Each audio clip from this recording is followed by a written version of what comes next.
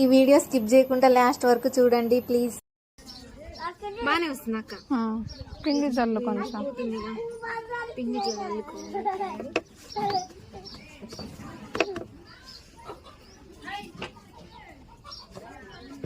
ఇంకా ఫాస్ట్ గా రావాలక్క. ఇటు తిప్పు. ఇట్లా నేను రొట్టెలు ఎప్పుడు చేయలేదు, అందుకే మా అక్కతో చెప్పి నేర్పించుకుంటున్నా.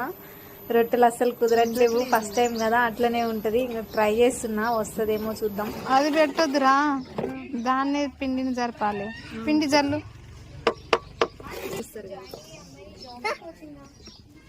ఎట్లా ఇప్పుడు తిప్పనా?